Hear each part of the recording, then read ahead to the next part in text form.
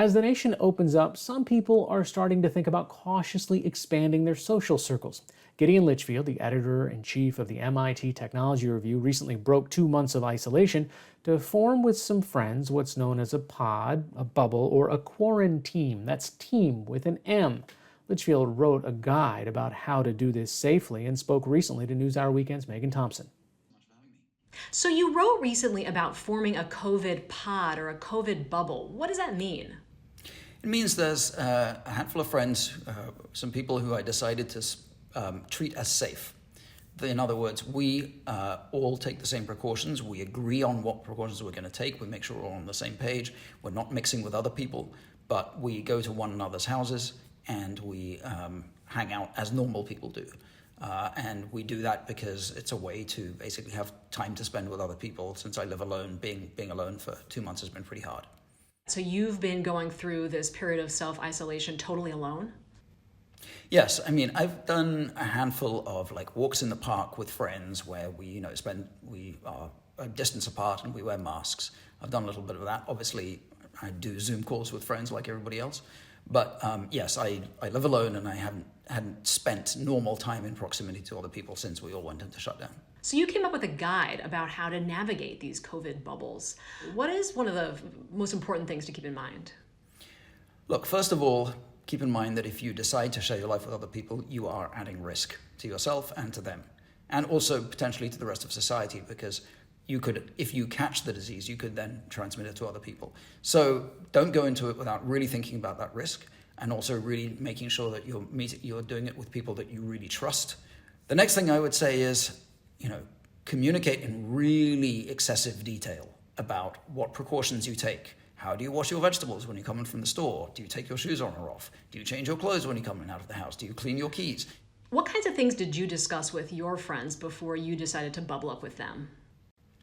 Well, we discussed, for instance, when do you wear a mask? So when we first started having the conversation, I wasn't wearing a mask when I went outside. I wore one if I went to the store, but not if I was just walking in the street.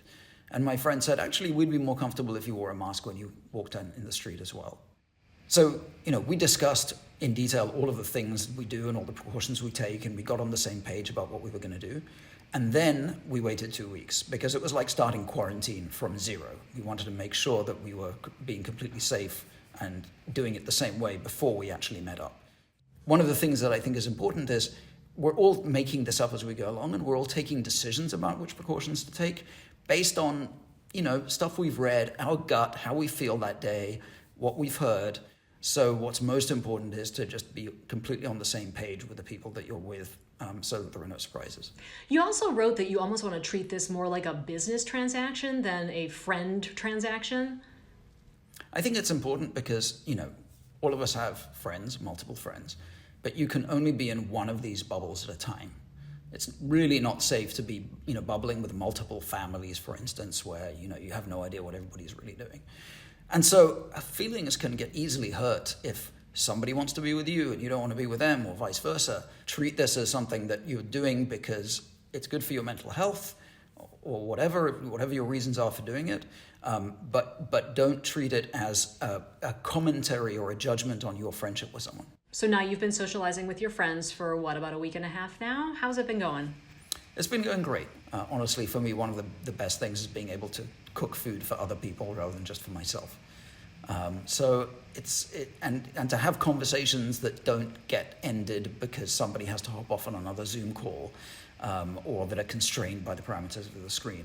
Just that quality of human contact is completely different from the kind that we have when we're talking to people on the phone and on the screen. And even though I've had lots of contact with friends through Zoom, there's a point at which it's not the same thing. It isn't enough. All right, Gideon Litchfield, Editor-in-Chief of the MIT Technology Review. Thank you so much for being here. Thank you very much, Megan. Have you and your friends or family formed a COVID bubble? Or are you trying to figure out how to do it safely? PBS NewsHour Weekend would love to hear about how you're navigating it all. We may even use your story on the broadcast. Send us an email at nhweekend@wnet.org.